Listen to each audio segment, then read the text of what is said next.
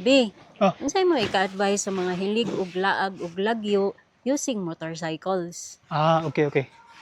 Tarong na akong buhok. Oh, okay na. Nalang ko'y 3 tips para sa mga ganahan mag long ride or ganahan mo explore using motorcycle. Number 1, syempre dapat kondisyon ang inyong motor. Dapat naka PMS na na. Lisod biya kaya mo biyahe niya, maaberyata. So magubain yung mga plan nga itinerary. Kunya makakos jud og hassle. Number 2 is nagitay proper gears. Dapat safety gyud ang atong kagalingon. Natay helmet, natay riding jacket o pants. Mo-advise ko riding jacket, especially kanang pareha nga lugar, Bukidnon, Bugnaw, walay problema. Dili jud ta initan, pero kung naratas mga init nga lugar, we can just have elbow pads or knee pads, at least safe ta. Mo-advise ako nga full face yun kay para ma-protect ang atong chin. Ako lang sa ipakita ninyo kay mao ni ang akong paborito nga helmet. This is the Spider Corsa, no? So this is carbon fiber. Ang naganahan lang nako sa Corsa kay wide ang iyang field of view. Hawan kayo ni siya. Number 3 is dapat prepared ang atong self. Syempre dapat mentally focused ta nya healthy sa ta kay syempre di na to kabisado ang lugar, no? So mao na siya para enjoy ang atong